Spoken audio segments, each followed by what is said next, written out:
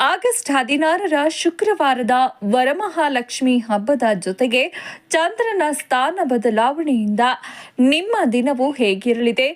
ಯಾವ ರಾಶಿಗೆ ಅದೃಷ್ಟ ಕೈ ಹಿಡಿಯಲಿದೆ? ಯಾವ ರಾಶಿಯವರಿಗಿದೆ ಮಹಾಲಕ್ಷ್ಮಿ ಅನುಗ್ರಹ? ಈ 7 ರಾಶಿಗಳ ಫಲಾಫಲ ಹೀಗಿದೆ.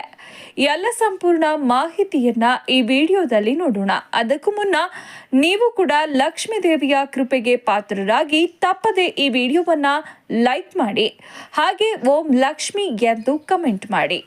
ಹೌದು, ವರಮಹಾಲಕ್ಷ್ಮಿ ಹಬ್ಬವಾದ ಇಂದು ತಾಯಿ ಲಕ್ಷ್ಮಿಯನ್ನ ಆಶೀರ್ವಾದದ ಜೊತೆಗೆ ಚಂದ್ರನ ಸಂಚಾರವು ನಿಮ್ಮ ರಾಶಿ ಚಿಹ್ನೆಯ ಮೇಲೆ ಯಾವ ರೀತಿ ಪರಿಣಾಮ ಬೀರಲಿದೆ? ಈ ಗ್ರಹಗಳ ಸಂವಹನದಿಂದಾಗಿ ಮೇಷದಿಂದ ಮೀನದವರೆಗಿನ ಎಲ್ಲ ರಾಶಿಯವರಿಗೆ ಈ ದಿನ ಹೇಗಿರಲಿದೆ ಎನ್ನುವುದನ್ನು ಇಂದಿನ ರಾಶಿ ಭವಿಷ್ಯ ನಿಮಗೆ ತಿಳಿಸುತ್ತದೆ. ಮೇಷರಾಶಿ, ಈಗ ನಿಮ್ಮ ಪರೀಕ್ಷೆಯ ಸಮಯ ನಡೆಯುತ್ತಿದೆ. ಈ ಸಮಯದಲ್ಲಿ ನೀವು ನಿಮ್ಮ ಕೆಲಸದ ಬಗ್ಗೆ ಹೆಚ್ಚಿನ ಗಮನ ಹರಿಸಬೇಕು.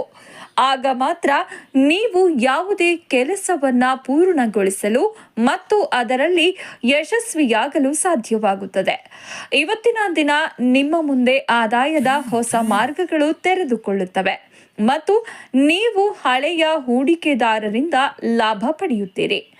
ನೀವು ನಿಮ್ಮ ಕುಟುಂಬದವರೊಂದಿಗೆ ಇವತ್ತಿನ ಸಂಜೆ ಕಳೆಯುವಿರಿ. ವಿದ್ಯಾರ್ಥಿಗಳು ವಿದೇಶದಲ್ಲಿ ಅಧ್ಯಯನ ಮಾಡಲು ಬಯಸಿದರೆ ಅವರಿಗೆ ಈ ದಿನವು ಉತ್ತಮವಾಗಿರುತ್ತದೆ. ಅಗತ್ಯವಿರುವವರಿಗೆ ಅಕ್ಕಿಯನ್ನ ದಾನ ಮಾಡಿ ಒಳಿತಾಗುವುದು.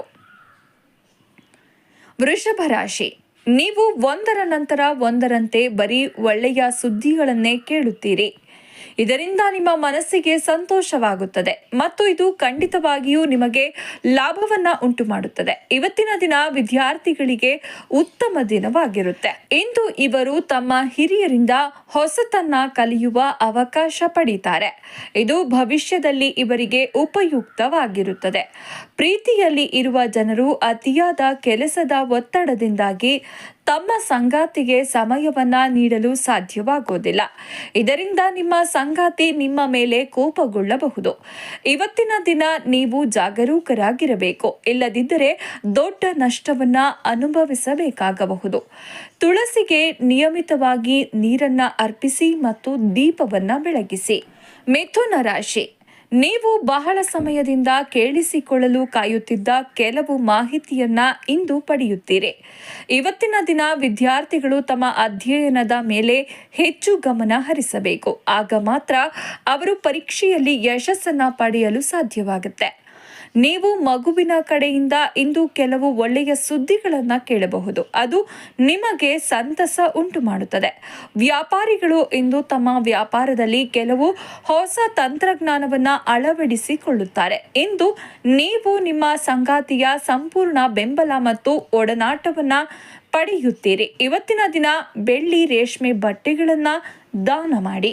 ಕಟಕ ರಾಶಿ, ನಿಮ್ಮ ಆರೋಗ್ಯದಲ್ಲಿ ಸ್ವಲ್ಪ ಏರುಪೇರು ಕಾಣುತ್ತೀರಿ. ನೀವು ಈ ಹಿಂದೆ ಯಾವುದೇ ಸಮಸ್ಯೆಯನ್ನ ಹೊಂದಿದ್ದರೆ ಅದು ಈಗ ಸ್ವಲ್ಪ ಹೆಚ್ಚಾಗಬಹುದು.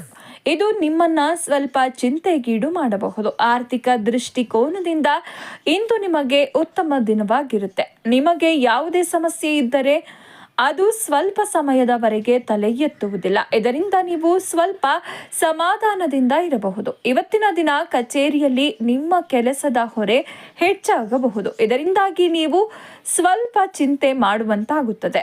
ಆದರೆ ನಿಮ್ಮ ಸಂಗಾತಿಯ ಸಹಾಯದೊಂದಿಗೆ ನೀವು ಅದನ್ನು ಪೂರ್ಣಗೊಳಿಸುವಲ್ಲಿ ಯಶಸ್ವಿಯಾಗುತ್ತೀರಿ. ಪ್ರತಿದಿನ ಸಂಕಟನಾಶಕ ಗಣೇಶ ಸ್ತೋತ್ರವನ್ನು ಪಠಿಸಿ. ಸಿಂಹ ರಾಶಿ, ನಿಮ್ಮ ವ್ಯವಹಾರಕ್ಕಾಗಿ ನಿಮಗೆ ಯೋಚನೆ ಬಂದರೆ ಅದನ್ನು ತಕ್ಷಣ ಮುಂದಕ್ಕೆ ತೆಗೆದುಕೊಂಡು ಹೋಗಿ. ನೀವು ಅದನ್ನು ವಿಳಂಬ ಮಾಡಿದರೆ ಅದು ನಿಮಗೆ ಪ್ರಯೋಜನವಾಗೋದಿಲ್ಲ. ನಿಮ್ಮ ದೀರ್ಘಕಾಲದ ಸ್ಥಗಿತಗೊಂಡ ಕಾರ್ಯಗಳನ್ನು ಪೂರ್ಣಗೊಳಿಸಲು ನೀವು ಮನಸ್ಸು ಮಾಡಿದರೆ ನಿಮ್ಮ ಬಹಳಷ್ಟು ಕೆಲಸಗಳನ್ನು ಪೂರ್ಣಗೊಳಿಸುವಲ್ಲಿ ಇವತ್ತು ನೀವು ಯಶಸ್ವಿಯಾಗುತ್ತೀರಿ.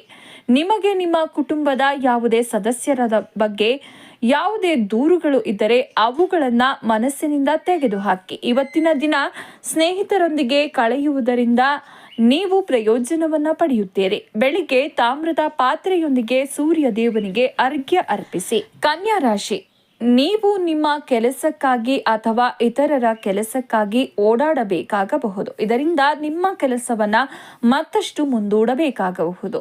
ನೀವು ವ್ಯವಹಾರಕ್ಕಾಗಿ ಇವತ್ತಿನ ದಿನ ಯಾವುದಾದರೂ ನಿರ್ಧಾರವನ್ನ ತೆಗೆದುಕೊಳ್ಳಬೇಕಾದರೆ ನೀವು ಬುದ್ಧಿ ಮತ್ತು ಮನಸ್ಸು ಎರಡರ ಮಾತನ್ನು ಕೂಡ ಕೇಳಬೇಕು. ಹಾಗೆ ಮಾಡದಿದ್ದರೆ ಅದು ನಷ್ಟವನ್ನ ಉಂಟು ಮಾಡಬಹುದು.